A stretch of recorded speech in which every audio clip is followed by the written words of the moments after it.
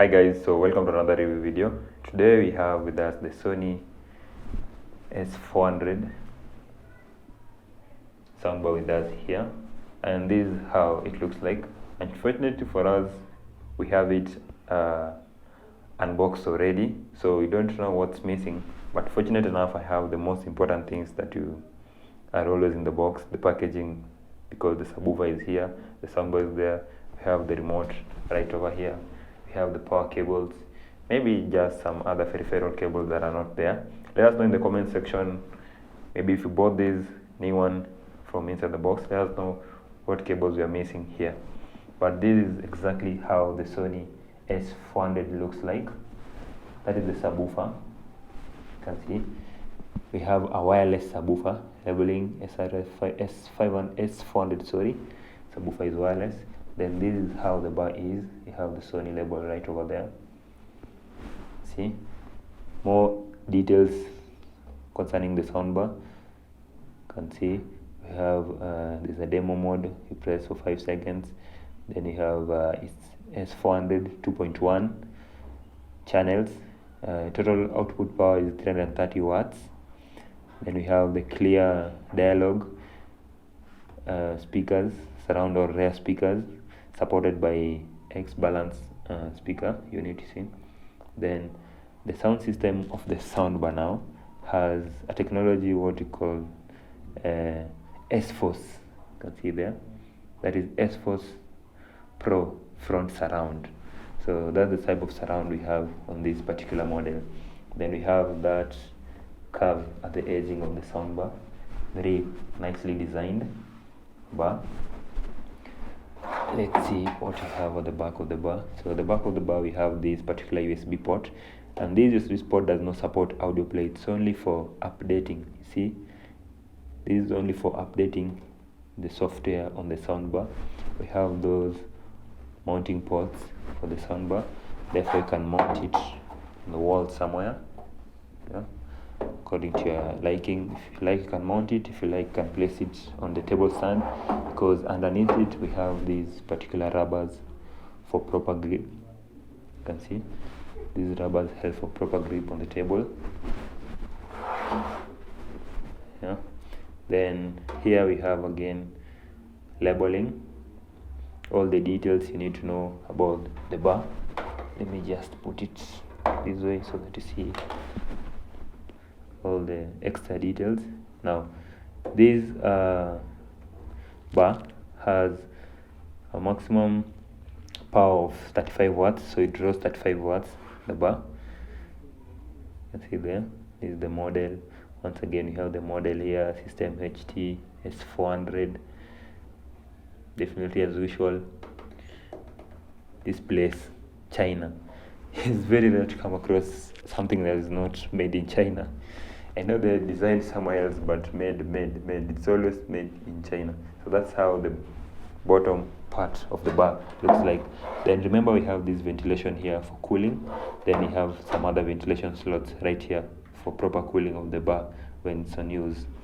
Once again, here we have the labeling of HDMI input. Then we have the Dolby Atmos support.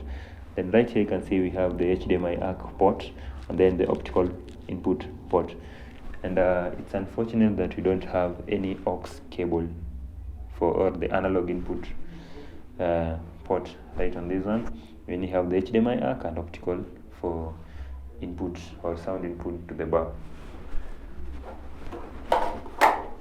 Then definitely this is the power cable for connecting the bar on its sound power. And then we have the subwoofer now right over here. This is how the subwoofer looks like. You can see how the port design is. It's different from other Sony subwoofers. This shape is similar to the shape that we have in Samsung, so I don't know who copied the other, because Samsung soundbar has almost the same face design. We have that port for breather of the subwoofer. Then right inside here we have a 16-inch driver or subwoofer. Don't know if it's visible. Then what do we have at the back? Now at the back we have definitely that is a ventilation slot, cooling, nothing much. Here we have the pairing icon just to link the subwoofer and its bar. Maybe when it's not pairing, you just use this to pair it. Then you have the power button just to power off or to power on the subwoofer on its own. Again, the labeling you can see there. Then the power, the maximum power for the subwoofer, you can see it's 20 watts, a bit low, and this is how it looks like, but it's a bit low considering the fact that this is only a 330 watts. It's somehow okay. You have those screws in case maybe you need to do some repairs on this subwoofer, then it's easier to access the internals because you just have to go with the screws, then you access it. Nothing much there. There's something I was forgetting here to tell you about this bar, and you can see on the bar we have the controls right on top here. Power button. We have the power button, then this is the demo mode. You can see there's that icon directing towards the demo mode, this one. Then you have the Bluetooth pairing icon, volume plus and volume minus icons on the bar. Then there's something here, I don't know if it's visible from the bar. You can see there's an LED right here. So instead of other Sony soundbars that you have LED right here on the subwoofer and then the controls right here, on this particular wireless model we have the controls on top here and then the LED panel right here. Then in terms of speaker distribution on this bar, there's a lot of wasted space. You can see here there's nothing here, all this gap is just useless. And then we have the speakers right at the end here with different design technology just to spread out the sound evenly and equally on the room. You can see we have a speaker right here, and then another one right here. That's why it's 2.1 channel. So the speakers are just, we have two rear speakers that actually act as front speakers depending on the setting, right at the edge of the bar. So there and there. Then the corners, there's nothing else. You can see these are the side, nothing else. So let's do sound test and see how this soundbar, or get to hear how this particular soundbar performs. Connect it to power. To connect it to power first, because it's wireless, we'll have to power the subwoofer on its own using its own cable right here for subwoofer. And then I'll have this power here for the soundbar. Let me just unwind it right over here for the bar. These are very strong cables, and then they are fused. These cables are fused so that at least maybe when there is power surge from the main supply unit, the fuse get to spoil fast before the bar or the subwoofer spoils. We also have a fuse right over here. So that's something that is very important and crucial. That's often overlooked by some other companies. Then let me just power it on and see how it works. No. There you go. I think we are done. Now, everything is set. I was forgetting the remote. This is how the remote looks like. It's very simple and small. We only have the bass, the volume for bass. Then there's that night mode, main volume, surround mode, yeah, the field mode. Then there's voice, there's input. Nothing much on the remote, very simple. I don't know if you have batteries. No batteries at the moment, no battery, but that's not an issue. That's not the main issue, because this is the LED indicator to indicate that it's on. Then for the bar, let's turn it on right on top there. You can see there's another indicator for the bar there. Then this is where we have the LED for the bar. So right now it's on Bluetooth pairing mode. You can see. Yeah. So you can see on the input, if you tap on the input, now you're on the TV mode. That is through the HDMI ARC mode. Then another input source. Let me just try and change. See, like it's indicating there's no information. That's the demo mode. And then let me know So we only have TV, yeah, nothing much. So it's only TV and optical input, so there is no other input modes available. Then definitely for Bluetooth it's just direct because we have the icon right on top there. So let's connect it to Bluetooth to test the sound. Now before I test the sound, let's have a look at what's happening here with the volume. Let's test the maximum volume because I'm usually very keen on the maximum volume levels of this sound system, be it home theater or soundbar. So let me see the volume we have at the moment. So we are at volume 23. You can see that's the minimum volume. Now let me add the volume and see how far I can go. So that is 20, 32, 50, shit, 60, 70, 80, down. Oh, it's like 100. Let me just see. 100 volume range. This is so crazy. I don't know why they decided to do that, but I don't really love it when you have that big range of volume additions or subtraction. It's good to have a small range so that maybe if you just want to adjust the volume a bit, if you click on maybe just the remote once or just tap on there twice, you get to the exact volume that you want. But you see, for this one you'll have to spend a lot of time pressing on the plus volume so that you get to the volumes that you want. You'll have, the range is so big, so you just have to get to tap until maybe you reach to 80, and maybe that's the volume you want to listen into. Assuming maybe you have maybe a visitor just popping into your house and you want to reduce the volume, you'll have to press on the remote so many times before you get to the actual lowest volume that you want. So I don't support these soundbars or those soundbars that have those wide volume range, because you can still scale down the volume instead of using it from 0 to 100. Maybe scale it down to 0 to 25 or even 0 to 50 at the maximum, so that you don't struggle too much adjusting the volume. Now let's do the sound test. As usual, we're going to use this no copyright music bass boosted NC to test the sound. Now let's go.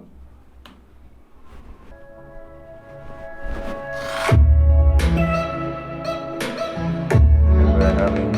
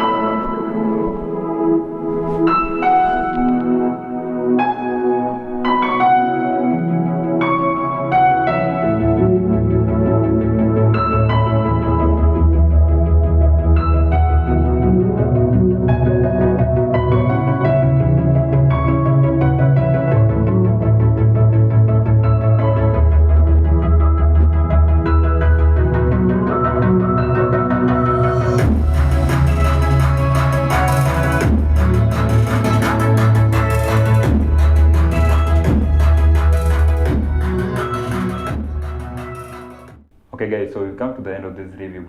And first two important things that I really loved about it is, number one, it's wireless, so there's no need for too many wires in the room.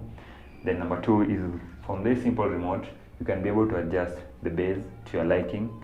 You can be able to adjust, that's definitely the volume, but adjusting the bass is what's so important. And at first, I really despised it because it only has two speakers that acts as rear and front channel speakers, because it's 2.1. So we have one speaker right over there, then we have another one right here. I thought those speakers were not good enough, but on listening to it, doing the sound tests, and actually from your own point of view, I can assure you that the sound coming from this Sony S400, that is of 330 watts, it's just good enough. And another thing that I really loved about it is that we have the controls right here on the bar. So this is where the LED panel is, and then you have the controls right here to power on, power off. These controls, yeah, see them right over. See, I really love those controls, having them there as opposed to having the controls right on the subwoofer, because in most of the cases, you know very well that we love placing the subwoofers at the corners of the house to have that ambient bass in the room. And when the subwoofer is placed just right beside the table stand, you don't get to feel that bass the way you want it. And if you place the subwoofer at the corner, then you'll be having issues pointing the remote to the subwoofer to make settings. So I think having the control panel and the LED indicator on the bar was just a plus for this particular soundbar. Now, I know the sound quality might not be that so good, because 330 watts, then we have a small drive here that is of 16-inch subwoofer, not so good enough. But with the price tag that this particular subwoofer comes with, in Kenya it's around 28,000 to 33,000, depending on maybe where you're getting from. But that's the price range, between 28 to 33,000 Kenyan shillings. I don't know the cheapest supplier, but I know about the most expensive supplier of this particular Sony soundbar. But that's all you need to know about it. And let me know in the comment section what you think about this Sony S400 subwoofer.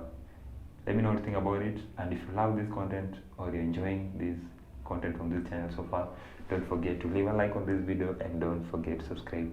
I really appreciate your support. Peace out.